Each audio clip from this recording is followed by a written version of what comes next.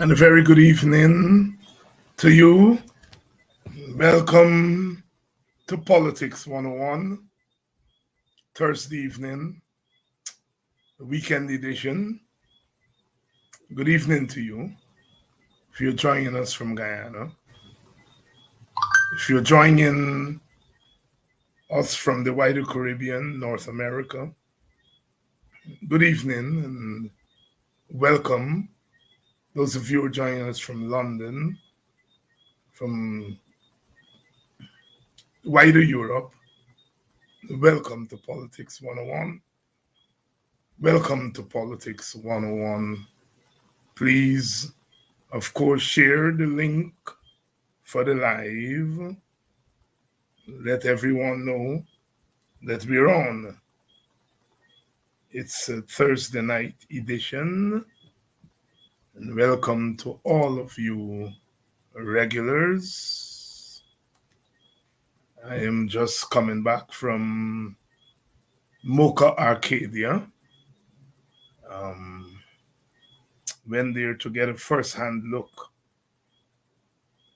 at the wickedness, the terror, the government terror that was meted out to the people of Mocha, Arcadia. Last night, we talked at length about where things are in our country as far as official government attitude to African Guyanese. I saw with my own eyes,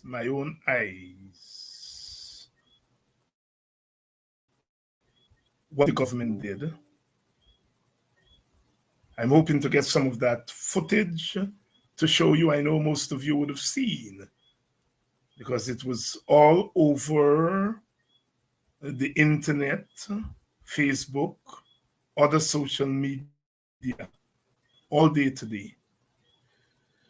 Got a chance to look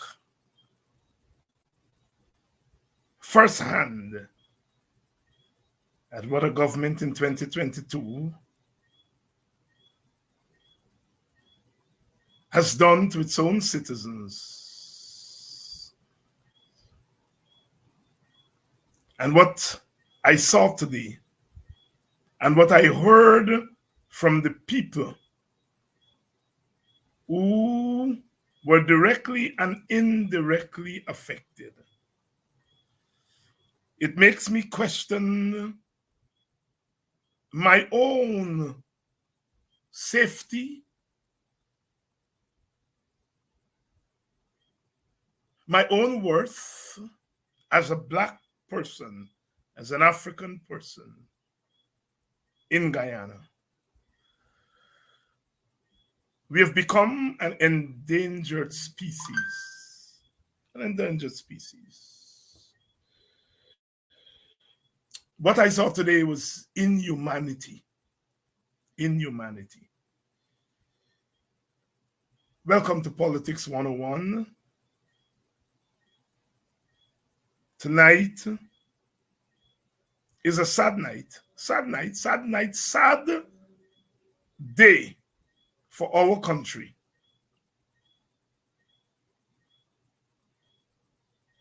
Children will have no place to sleep tonight, many children.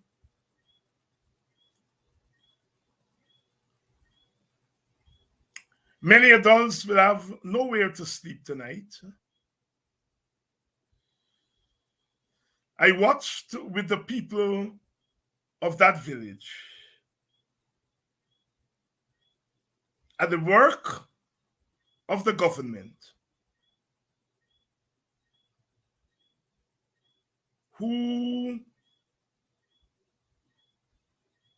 a government that is peopled by people without conscience,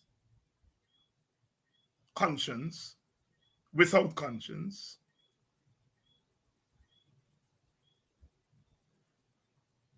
So many emotions, so many emotions, so many emotions. What have we done? What have we done? What have they done?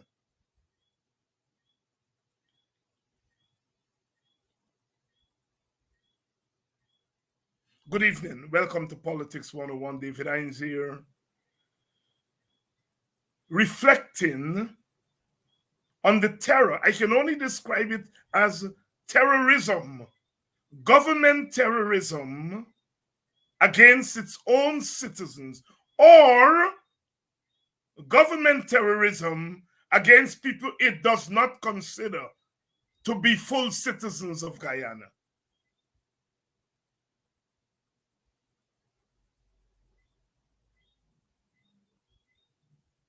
Good evening. Welcome to Politics 101. I'm glad you all are here tonight as we reflect once again and discuss once again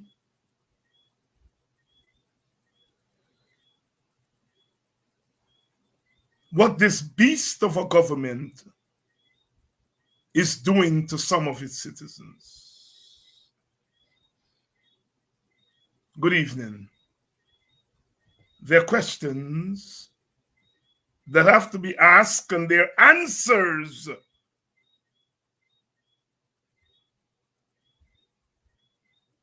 that will have to be given.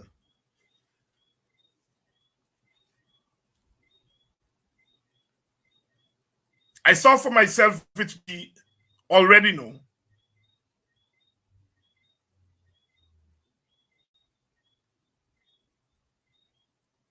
this piece of land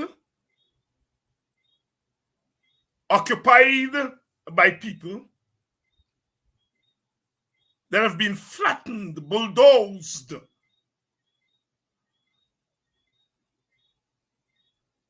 is far away from where the road is passing. We are not against infrastructural development. We are not against infrastructural development. We are not against infrastructural development. But with a road passing through a village, the land surrounding the road become prime property. And from what I have heard and researched, this government is trying to transfer that property over to their friends, transferring wealth to their friends, taking away the land of the people. If a road is passing there and people live on either side of the road, that's what you call front door.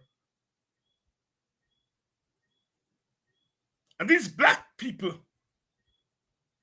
who have lived for 30 and 40 years on that strip of land are being denied the real estate increase that would come with the road. That is what this is about, first and foremost.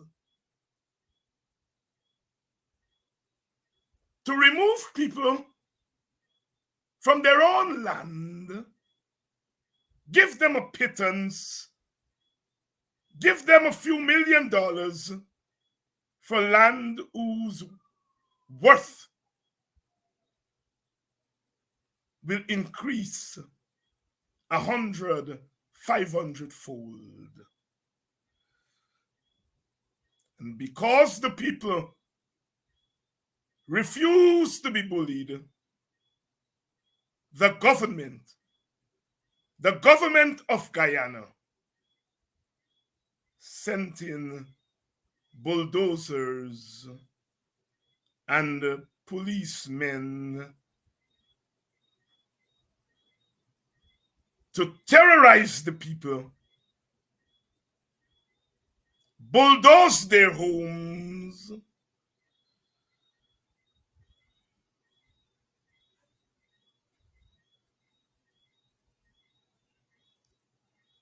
I fought against the PNC government under Burnham and Hoyt. But I've never seen Burnham or Hoyt government did to Indian people what these people did to black people there in Mocha. The coalition government led by the PNC never did that to Indian people.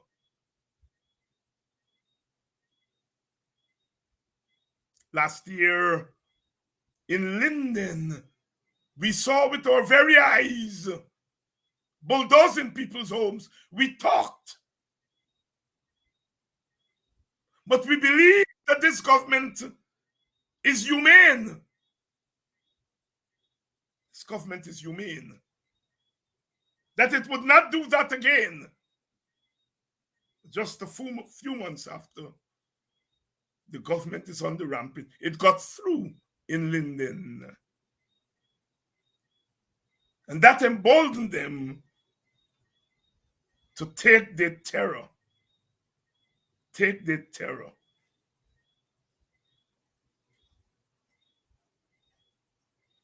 to Mocha, Arcadia. Let me say again, I fought bitterly against the Burnham Hoyt government. I was highly critical of the coalition government. These were black-led governments.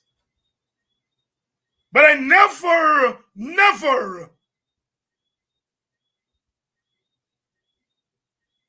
saw them demolish the homes of Indian people like that.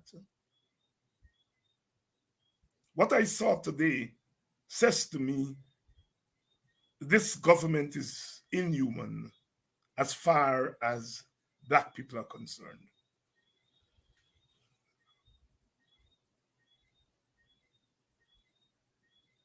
I looked into the eyes of those people. I spoke little and listened a lot. The pain, the anguish, the feeling of worthlessness, despair.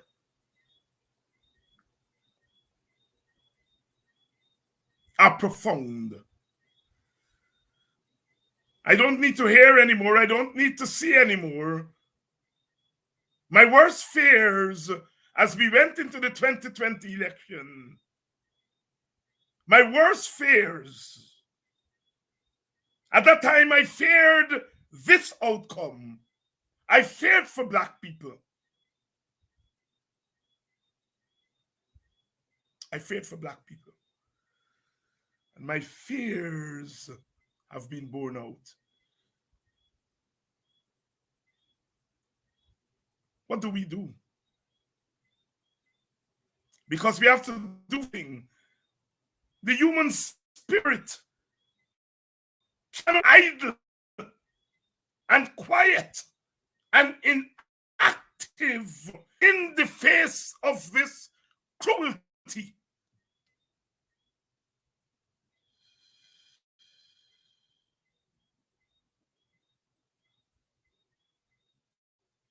The talk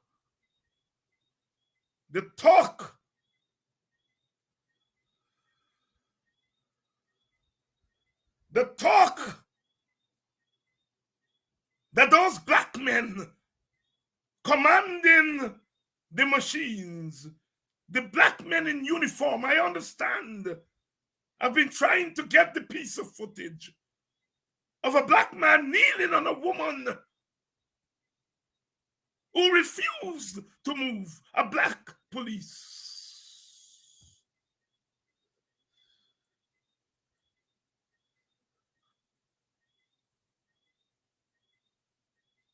They've arrested 3 people. What have you arrested them for? Have they demolished anybody's home? Have they knelt? The woman on whom that police knelt is arrested, is in police custody up to an hour ago.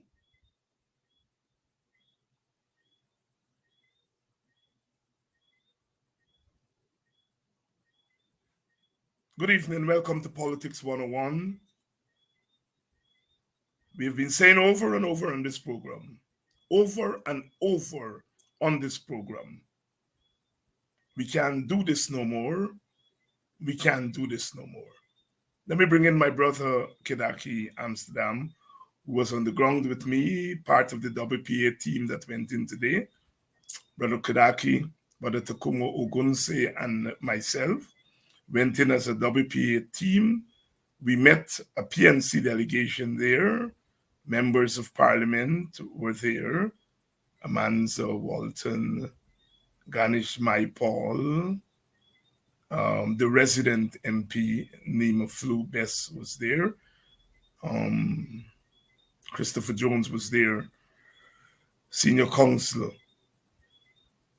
Rosedale Ford was there. So the PNC had a full delegation there, and we in the WPA went in there to stand with those people. And you stand there and you watch as people deal with the atrocity of a government. But I pledge to those people, on my own behalf and on the behalf of our party, that we will stand with them. And our position is very clear. It must be the last set of Black people's homes that they demolish. At this point, I am telling people what to do, what people do to defend themselves, I am prepared to support. And I don't want anybody to ask me to qualify what I mean. I'm qualifying nothing. The violence and the terror against people cannot, should not, ought not to be tolerated, not one more day. I am not the kind of political activist that direct people what to do. People are fully capable. I want them to know that they have my full support in their quest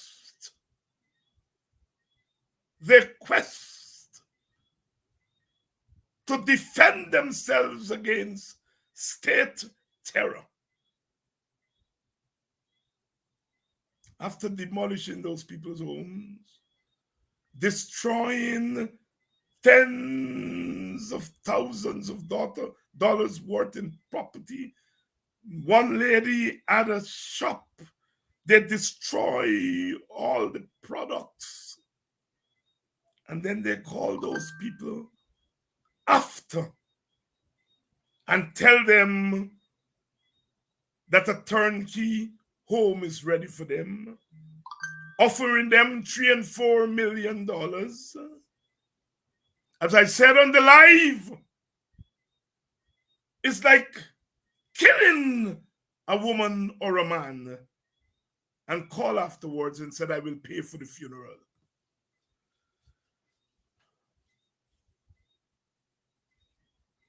We have reached a critical juncture in our modern history in Guyana. Let me bring in Brother Kedaki, who, as I said, was... Brother Kedaki, good evening. Good evening. As we walked today and observe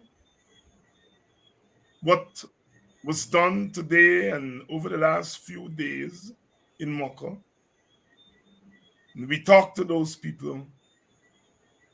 What thoughts are running through your mind? Some people say it's unwise to see what my thoughts are. Um, one word describes the entire situation for me is infuriating. Infuriating. It's clear that there was no love, or there is no love with the kind of display that we saw at Mocha over the last few days. There's no love from the oppressive state. There's no love from the agents of the oppressive state. And as I said on several occasions, if people treat you with no love, then you treat them with no love. As the old folks might say, an eye for an eye. And so when I see what was happening in Mocha, or what is happening in Mocha, because as we speak, I just saw a post that heavily armed riot squad police and so on are heading to Mocha to confront those people who are still out there. The only thing I could really think about is how to retaliate. But before we get to the point of retaliation, let's talk about the humanness of this. See, sometimes I think the politics leads us in a certain direction. And sometimes the politics is devoid of the humanity. And as you know me, I do not take politics as an act that is devoid from the humanness. I want you to reflect as a human being, not as a political activist. As political activists, yes, we will talk about retaliation and so on and so on. Those words come out from political people's mouth like butter on a hot frying pan. But I want you to get into the inhumanity of what you saw and what that means for an understanding of contemporary Guyana. Well, like I said, there was no love. There's no love. Certainly, there is no humaneness in the approach of the powers that be to the situation.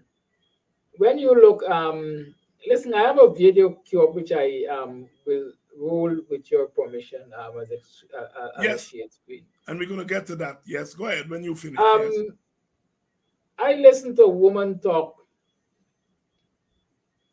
She said she is a former teacher. I listened to a woman talk about the sacrifices she made for more than 30 years. There's a generation. For more than 30 years to, as I would say, tame the land and get to the position where they were up until their property was destroyed. Only to be today asking ourselves where our children will sleep tonight, where our cattle will be secured tonight. How is she getting dinner? How is she existing? How is her family existing? Having encountered this. I've seen, you mentioned the business place. A business place flattened with cases upon cases of beverages. I understand that the police took away the most expensive of the beverages. And when you look and you listen to, when you see first and foremost people's properties flattened the way they were flattened, I understand there were about 36 homes on that stretch of land there. 36 homes. Persons say they have been there in excess of 30 years. From a wooden shack to a 4-bedroom concrete home and so on. And they all flattened. And when you listen to people tell their stories, it is heart-wrenching. Heart-wrenching. And that is why I said it's infuriating, because when you listen to people tell their stories, the only thing you can see is hatred. Hatred from the powers that be, hatred from those who issue the instructions to destroy these people's properties. Right? And it comes down to what we'll be labeling as apartheid. This is a black versus Indian situation because the majority, if not all, of these residents on that stretch of land are African Guyanese. African Guyanese. And the person who is behind the destruction of their property and the forced removal, personal persons, are Indo Guyanese. It starts with Irfan Ali, who, whether installed or otherwise, is the president of this country. If it were just Irfan Ali as an But I said individual, it starts with. Brother It Kidaki, starts with. the And then point there you're is, making is very profound. But it's not Irfan Ali, it's the government of Guyana. right? Irfan Ali is an individual, but this is Irfan Ali as president and head of the government of Guyana. This is what the government is doing to its people. And it's part of something that is concerted. It's not an accident. And damn you, these people are humans. I don't like the word retaliation. And ask people to affirm your humanity. To retaliate, it seems as though there's a little fight. This is an act against humanity. This is a crime against humanity. And it deserves people to affirm their human right.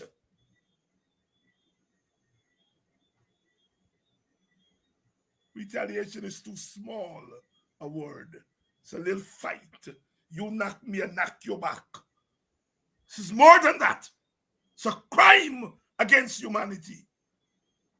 Let me bring in Sister Nima Flubes, the Member of Parliament for the area, to get her thoughts, her native thoughts. She's from that village, that community. Good evening. Good evening, sister. Good evening. I saw you earlier, and your demeanor, as we were coming back, we were discussing, me and my two comrades, Comrade Kedaki and Comrade Ogunsi, and we were discussing your facial expressions and what that means to you, because you are from there. This is your native land. Talk to us. Talk to us about. Talk to us. Talk to us. No question. Just talk to us. All right. A good evening again to you, Dr. Hines, and your viewers and other guests on the show. I am not at home as yet. I'm actually driving because I just stopped to talk with you people. The persons that were detained by the police, which was 2 females and 1 male, was recently released just about 5 minutes ago from the custody of the police. And the male has left to go to the hospital to seek medical attention because he was bitten on his feet by the officers. And why? Just for sitting down in his home and refusing to allow the officers there to dismantle his home. Tonight, that young man who has 3 daughters, school-age children, is without his daughters because they had to go to stay with a relative. And he is at the was at the station, and now he has to seek medical attention. For me, I want the world to know what I saw today being acted out on living, breathing human beings, people who have families, people who work to provide for their household, being so brutally attacked tells me that we are dealing with an uncaring, demonic government. We're not dealing with people who are in their right senses. because for months, and persons, those who would normally follow me would see that I have repeatedly highlighted this particular situation that affects the lives of 35 families with over 50 children. I want persons to understand that.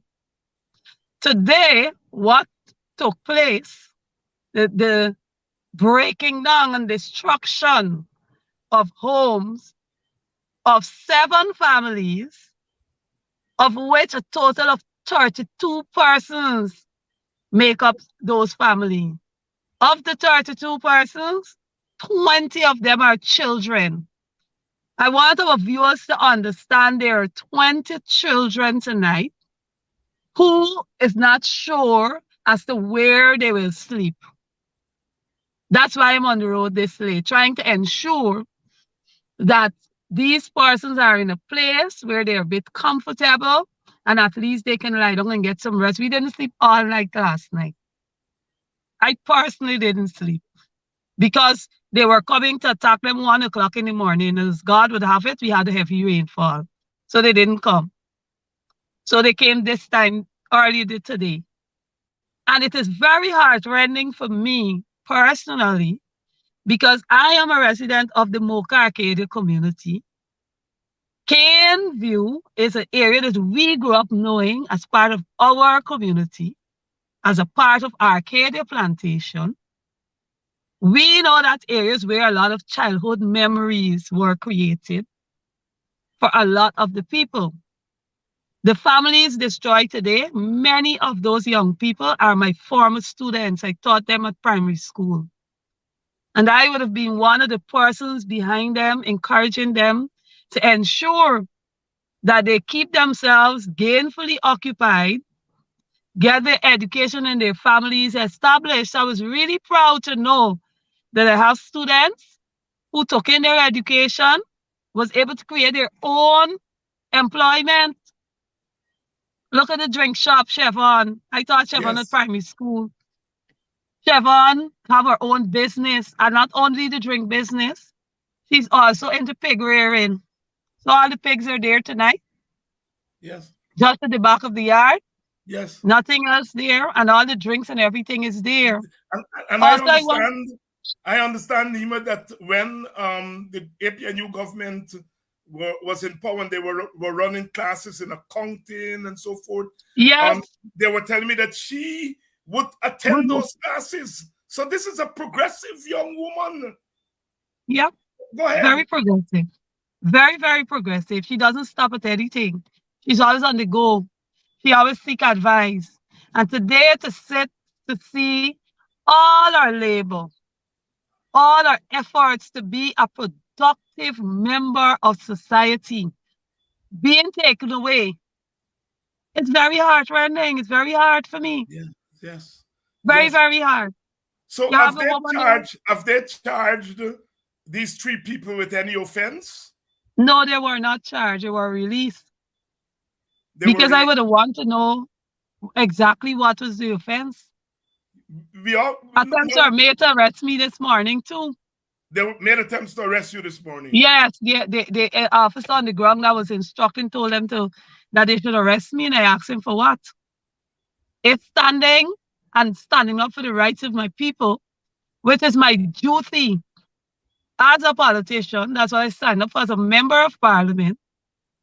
That is my role, to protect and to stand up for our people. I wasn't doing anything illegal, but you're telling the officer that you're going to arrest me. What are you arresting me for? I asked him what were they going to arrest me for? And I wasn't going to have any of I that. understand there was a young woman that a policeman knelt on her and Chevron, the same the Chevron same. lady. Yes, I looked at that. Imagine a big fat officer knelt her Chevron back to put on the handcuff on her. A Wow. male officer. A male officer. There were females officers there. When people start screaming and making noise, why is it that the male officer got to be feeling up and pulling and tugging at a woman? That is when the female officers, they got involved. And these are some of the things I want people to understand. What was done today should have never happened to anybody.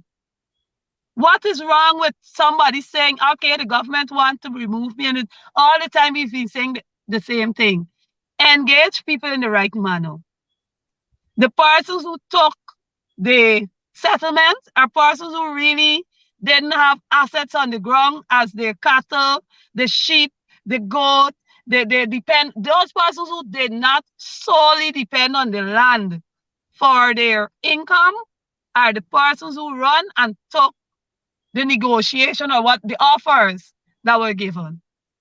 The persons that were destroyed today are all persons who are self-employed, persons who have their businesses and depend on the land for the earning. I want people to understand that. You know, Mm-hmm. when I go on Facebook and I see comments, certain comments people make, it reminds me of people who have no idea of what they're speaking about, but they're talking about it.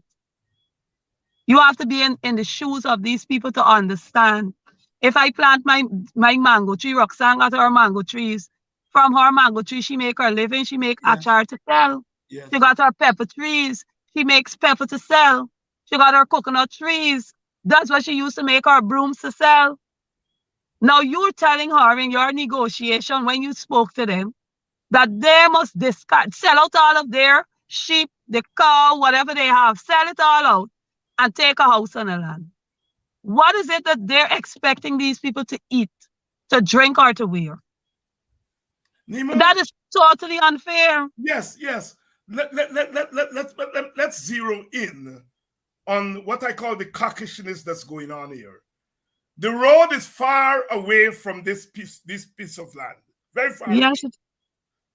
Their interest in this piece of land, and therefore, has to be not directly the road, but it has to be the worth of that piece of land once the road passes through.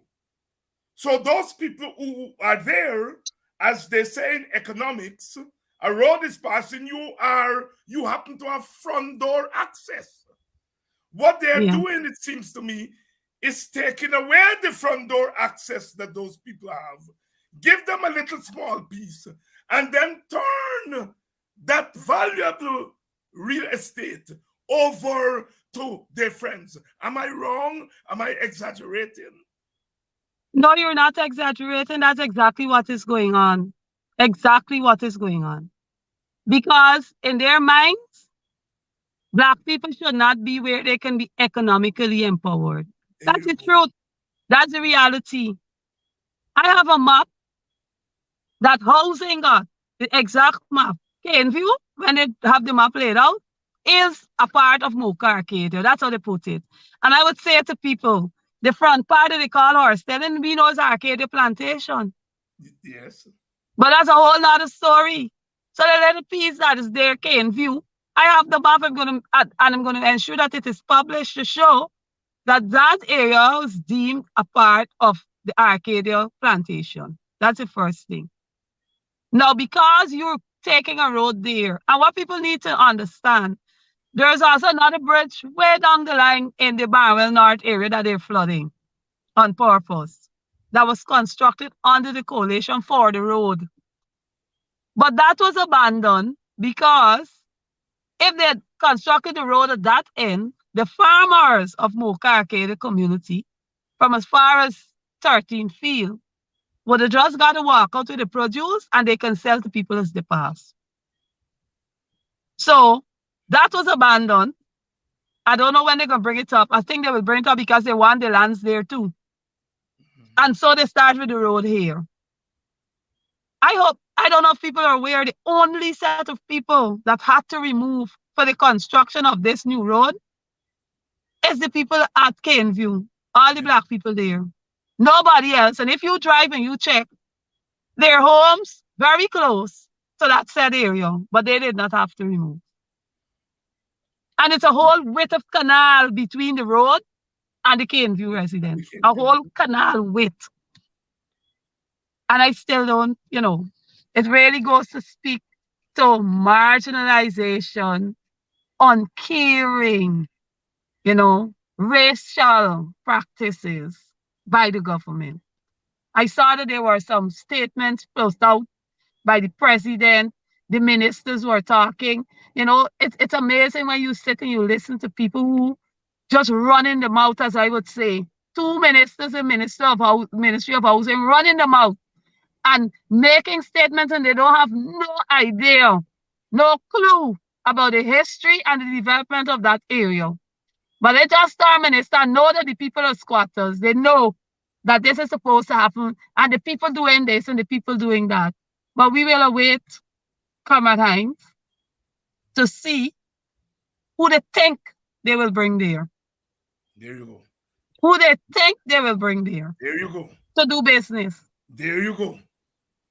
There you go. And I said it over and over again. We, the leaders, don't have to tell people what to do because they're human beings. Those people are human beings. I listen to them today. They understand what they're up against. And those of us who call ourselves leaders, we must not assume ultimate wisdom. And that is why I am stressing the humanity. What I saw there today was crime against humanity. A crime against humanity. Sister Nima, ancestral lands. You kept mentioning that it's part of the Mocha Arcadia plantation. And you're insinuating, therefore, that piece of land may be ancestral land. No? Yes? Yes, I am. I know. You know. I know it's our land. I know that. I studied my community when I went to University of Guyana, attended University of Guyana. I studied Canal number 3, which is Mocha Arcadia. Because this is my area and I didn't want to find out about other people's community. I want to find out about my community. I want to know my community history. And that's very important to me to understand the value of what we have as a people.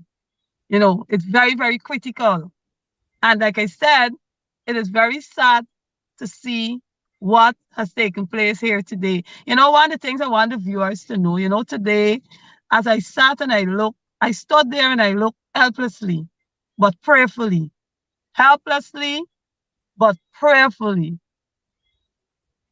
An operator hitting down Chevron's property.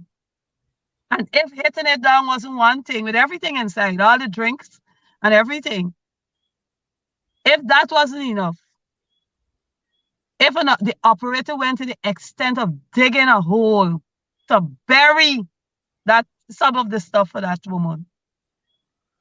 Ooh. And these were black men. That speaks volume. These are black men. Yeah. Digging a hole to bury stuff for that young woman. Bury the drinks. Bury her clothes. Wow. Bury the thing. I mean, what are you telling people? Wow. What message are you sending to people? By taking, you already hit down everything. You can't go inside and live in it. But then you subsequently went to dig a hole to bury. I'm praying for the operator. I hope he know what he actually buried.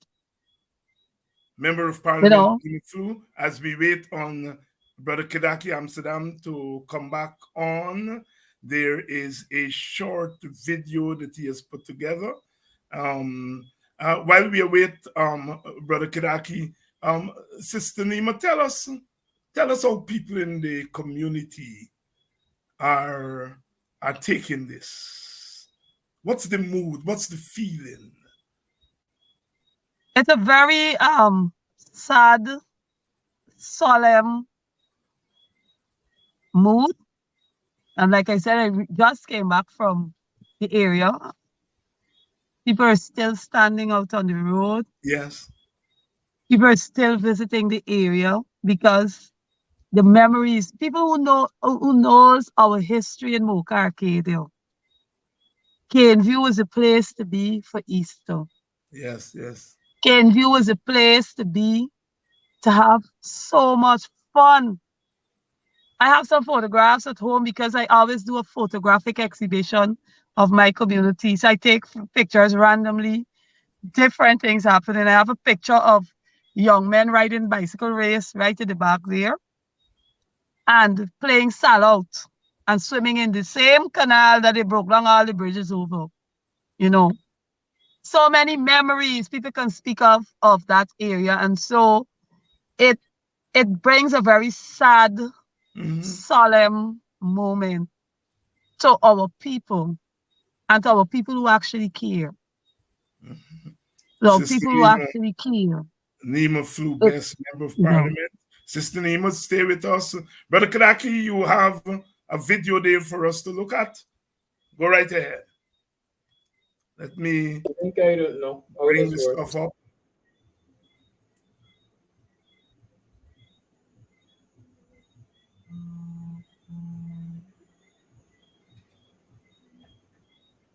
This gives us a panoramic view. Look at the destruction. Kids, you smart piece of shit.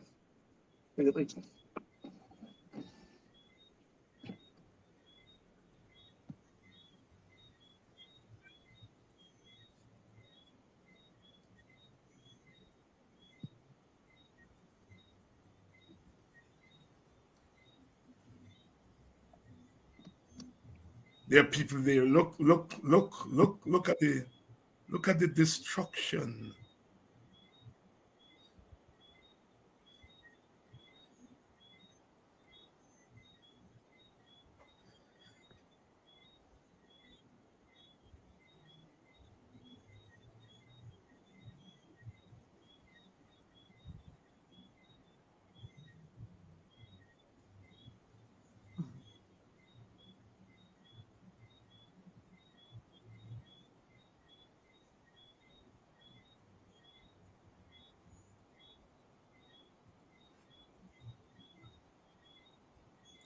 We seem not to be getting volume there, but certainly we are seeing the images. There we go, the images of the flattening, the destruction.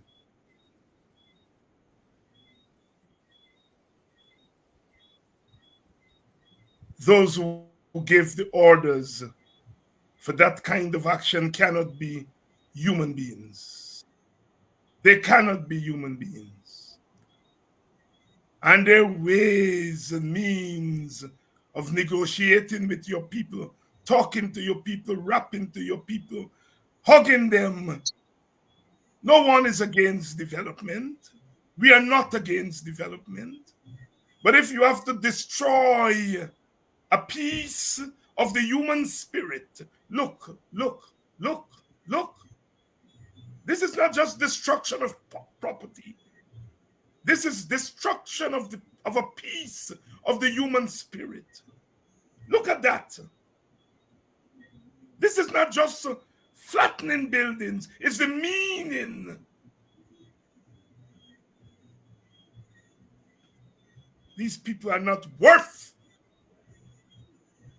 They're not worth being in government. They should not be in government.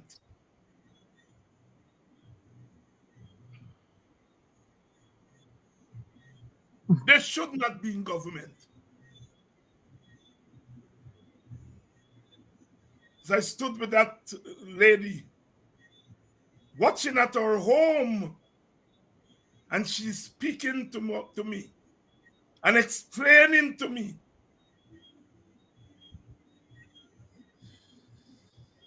having to watch our home, to watch our cattle coming home, our 7 children.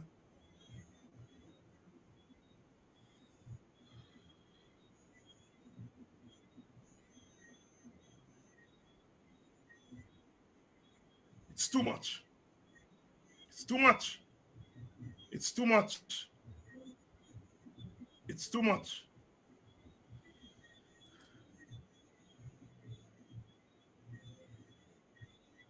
Sister Nima, Um, you know that woman.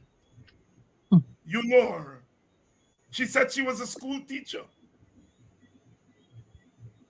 who turned to the land to make a living. And she watched there today as 30 years of labor, 30 years of human labor, 30 years of life being demolished by our government. Talk to us, Sister Nima. this is very hard to see Roxanne having to deal with this, but I can tell you she's a very strong woman. We are strong people. This Yes, situation will just make us stronger. stronger. Today is tough. Tomorrow will be better. Tomorrow will be better. We have to be Tomorrow hopeful. will be better. Brother And we Kadaki, will rise again. Brother Kadaki, you were there, you were behind the camera as this woman was speaking with us. You were there as this woman was speaking with us. Must human beings live like this, Mr. Amsterdam? Certainly not. Certainly not. No human being should have to live like this. When you listen to this lady's sacrifices, not only for herself and family, but for community. But for community, she speaks of teaching the community's children free of charge, right? She speaks of teaching the community's children free of charge and making her way, utilizing a land, building it from flood levels to what it was. And so heartrending is the word. Heartrending. It is heartrending to watch her tonight, this evening in tears, uncertainty. Um, Hearing her talk of being suicidal, being willing to die, being willing to go under the gun of the police, the agents of the state in defense of her property, says a whole lot to me. It says a whole lot. And Says a I whole am lot. saying, But I am saying, Niman Kidaki, as I walk through that crowd today, I was amazed at the number of references that were made to South Africa. Yeah. And many people reference the documentary Cry Freedom. Cry Freedom. Nima, you yourself reference that movie. What are the similarities, Nima, that you see between the experiences reflected in that movie Cry Freedom and what you saw in your village over the last couple of days? What I saw Sister Nima? is you hearing me? Yes, What I'm what hearing I you. saw what I saw that is similar to the movie. It's that you have a machine there running, being driven on the livelihoods of people who are helpless. They're not people with guns. They're not bandits. They're not intruders in the country. They're Guyanese. They belong here. They have a right to earn. They have a right to eat.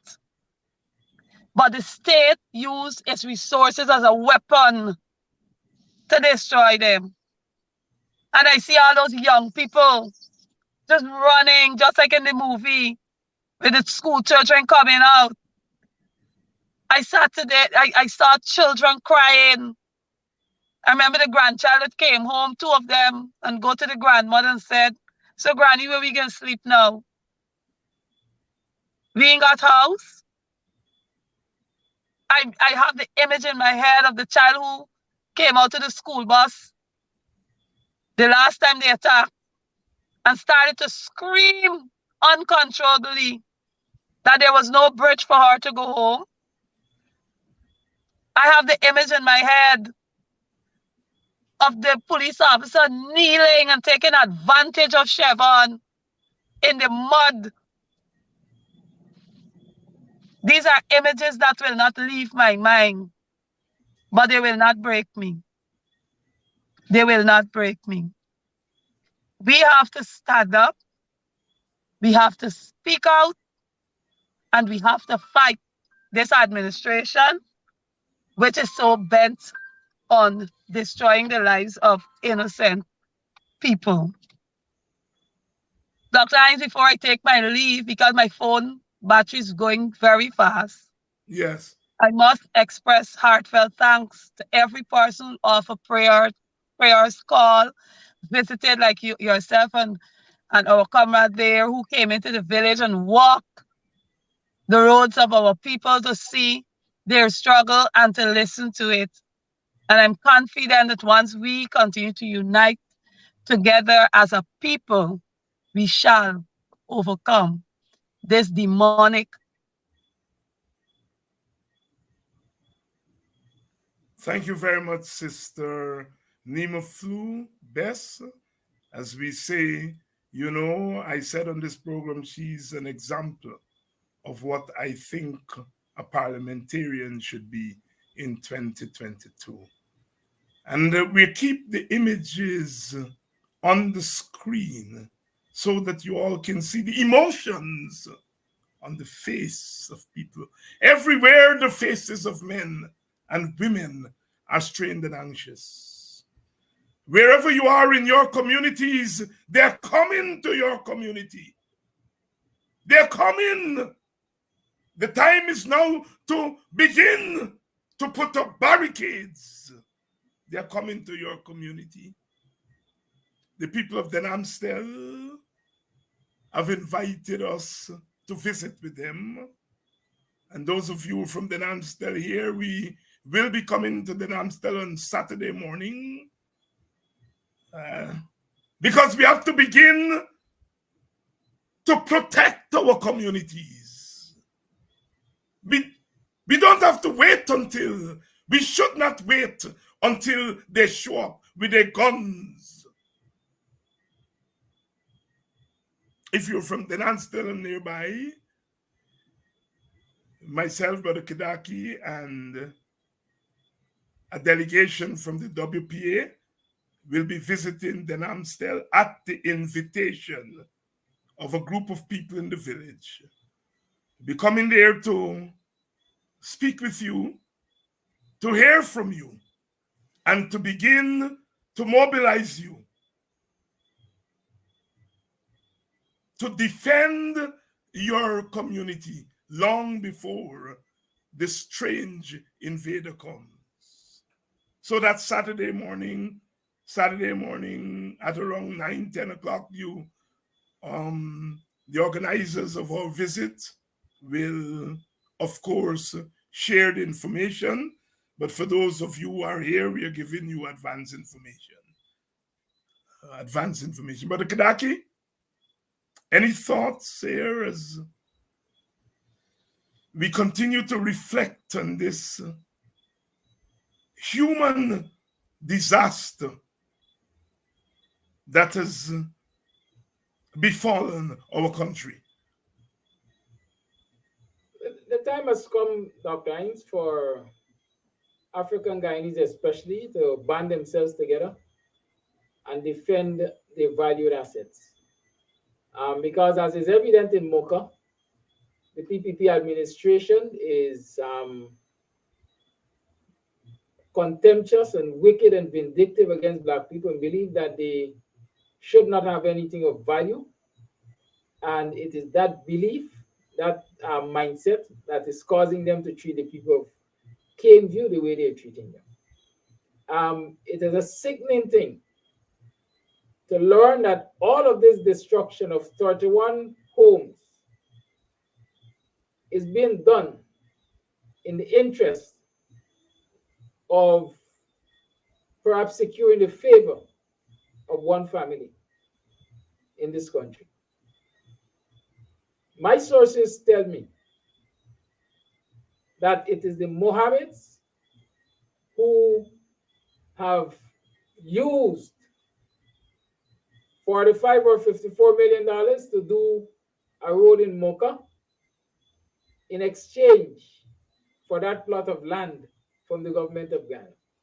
And it is wicked, it is racist, and I am saying that the time has come for Guyanese, African Guyanese, to band themselves together and defend not only their ancestral rights, but their rights as human beings and their rights to earn and to live as citizens of this country. Those are my thoughts. Kiraki Amsterdam there. I want on behalf of the WPA to thank the people of Mocha Arcadia for inviting us in to their community to lend solidarity. Those men, they were very animated and they express what needs to be done. I was heartened that as we walked into the village, we did not have to introduce ourselves. That the people of the village knew who we were, who we are. And so we have to continue, all of us, the PNC, the WPA, those were the two political groups on the ground, and all other progressive forces. IPADG, I understand, was there yesterday, that we have to continue to lend solidarity to our people. As one young man said to me, when we see you all come, we are strengthened. But we as leaders have to do more. We have to go in there and we have to continue to talk with our people and plan with our people to defend their humanity, to defend their humanity. And so, brothers and sisters, tonight it is with a heavy heart. And I have to say, as a black man, as an African Guyanese, I am determined more than ever not to allow people to take my eyes off the prize. Those who are under attack are black people. Black people. Black people like me. They're under attack. And if my people are under attack, I have to stand with them to defend themselves. Those people did not go looking for trouble. All they were doing is to say, we have a God-given right to live somewhere.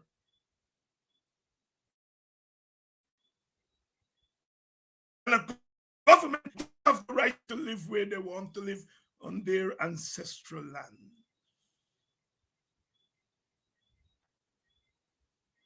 I don't know about you. What I do know is that we as a people ought not to sit by and allow this degradation of our spirit. You lick down the people's homes, you harass them, you brutalize them, and you call them and tell them you'll give them a 5 million turnkey home. Kill them and say you will pay for their burial. Black people, all you're worth more than that. And those who are carrying out the work of the devil, those black faces that have arrogated unto themselves to be the enforcers of evil. We have to have a conversation with them, our sons, our brothers, our fathers, our boyfriends and girlfriends, our wives, our husbands. The Black community has to decide now. How are we going to be able to look at that policeman, to look at the drivers of those machines and excavators and so on? How are we going to look at them as they come into our communities?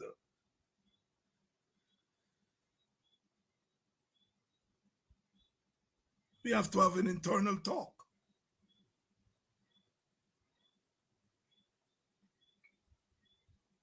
We have to have an internal talk. We can't be sleeping next to the enforcer of the devil. We cannot be sleeping with the man and men whose knees bear the print of the degradation of our womanhood. That man who knelt on that woman today, he should be charged. Should be charged. He has committed a crime. We saw a white policeman in Minneapolis who knelt on George Floyd and ignited an international movement. That beast who knelt on that woman today is no different from that white man who knelt on George Floyd. Black people, we gotta get serious. That knees bearing the print of brutalization of Black womanhood cannot come into our communities and smile with us and drink with us if we don't have a conversation with him and them.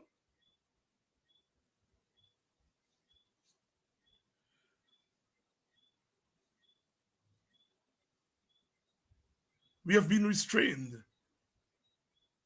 I myself and other leaders have been trying our very best to restrain our people. Because those of us who've been doing this for a long time, we know very well that violence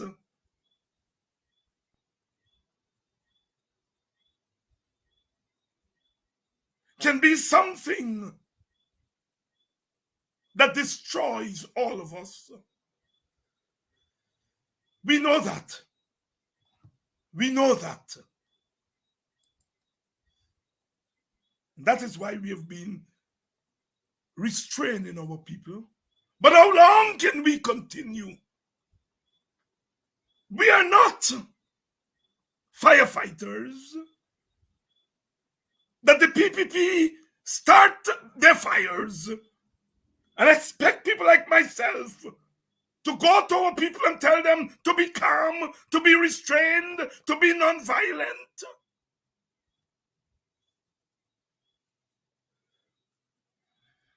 How can I watch that woman, those women, those men, and tell them to be calm and restrained?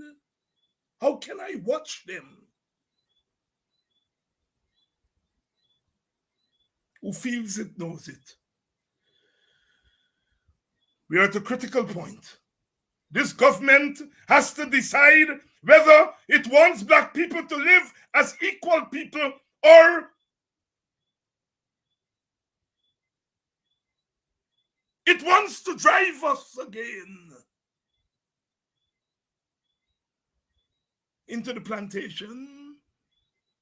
We fought bitterly to get out of the plantation. We're not looking for another fight. But I said tonight, we ought not to back down from a fight when our very humanity is at stake. We fight in many ways. We fight with what we have. We fight with what we have, and all we have is our bodies. We fight. We don't interfere with people. Perhaps if we are guilty of anything, is interfering with ourselves.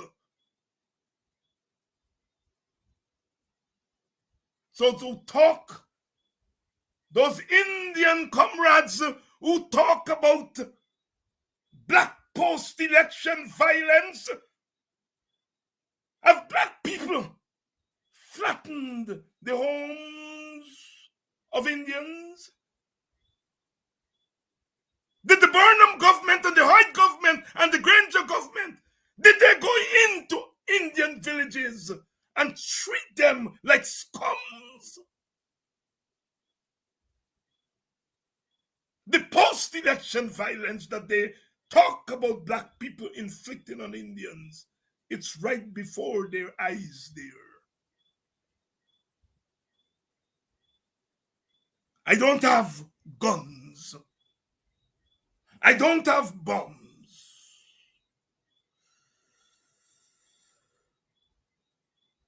We don't have guns. We don't have bombs. But we will not be bombs. B-U-M-S. That I can assure. Today, we mourn. Today, we speak. Tomorrow, we act. We act in defense of our humanity. Those of us in other villages, they're coming. They're coming. In one form or the other, they're coming.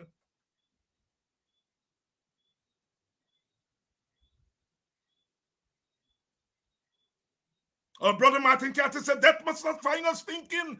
Death must not find us thinking that we die too soon, too soon. The banner draped for you, I would prefer the banner in the wind, not bound so tightly in a scarlet fold, not sodden with my people's tears, but flattened on the pole we bear aloft. I watched as those women cried. I grew up as a little boy seeing women crying and wailing. And my God, I'm an adult, a big man now. And I have to watch black women cry and wail. Still, tomorrow must mean something different. Tomorrow must mean something different. Arise, black man. Arise, black woman. Arise, African Guyanese. This is not just about homes anymore. This is not just about a piece of land anymore. This is about our right to live in peace and to live equally in peace and to live as human beings. We must not rest. We must not rest. Because as soon as we close our eyes, they're gone with us. Tomorrow must mean a difference. We have a date. We have a date with our destiny. We have a date with destiny to determine our own collective destiny. We have a date with destiny, black man, black woman. We have a date with destiny. We can't pretend anymore. Oh, everybody is suffering. Not everybody's homes are demolished. We have a date with destiny to determine our own destiny in Guyana. I quoted from the poem by Robin Dobru, the Surinamese poet. I quoted the lines that I can feel it in the sun, I can feel it in my bones. Robin Dobru said, I want to hate somebody today. And I know he knew who that somebody was. I want to hate somebody today. Brother Bob Marley said, I want to disturb my neighbor. When the poet, the lyricist, takes license to use words like that, you all pay attention. He's not talking about literal hate, because the hate comes from the hate mongers.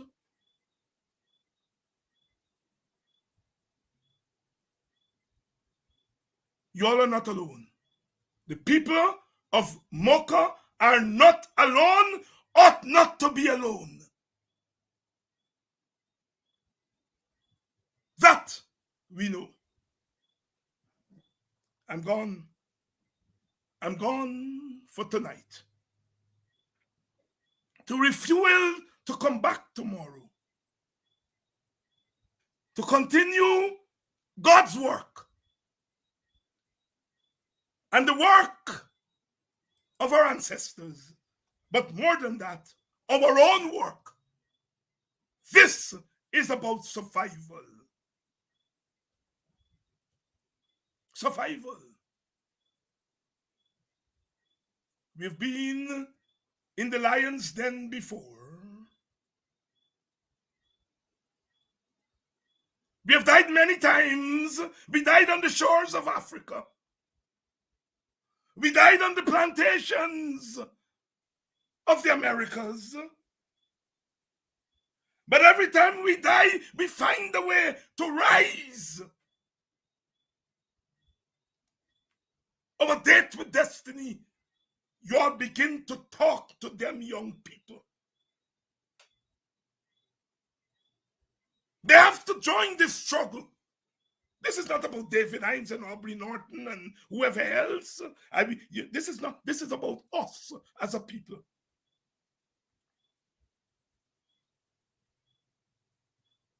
We need leadership. But we also need troops. Jesus could not save the world without Jesuits and Christians. I say again, if you don't like the PNC, then there's no reason to go and join the devil. They are the rest of us. And we have to learn to share the burden. Difference is not a crime. But difference must not lead us over to the devil. People of the Amstel, we are coming on Saturday. I think they're going to spread the word there. And we are coming to play our part, to listen to you, and to hear your thoughts, and to begin to plan to protect our villages. Our villages are our birthright. Our birthright. We must not wait until the enemy comes. We must begin to put up the barricades so that when they come, they will meet the very power and force of a united and conscious people. And that is what and how we can help at this point. At this point. At this point. I come in peace tonight, I'm leaving in peace. But the peace that I talk about is not a passive peace. It's not a passive peace. We have never been a passive people.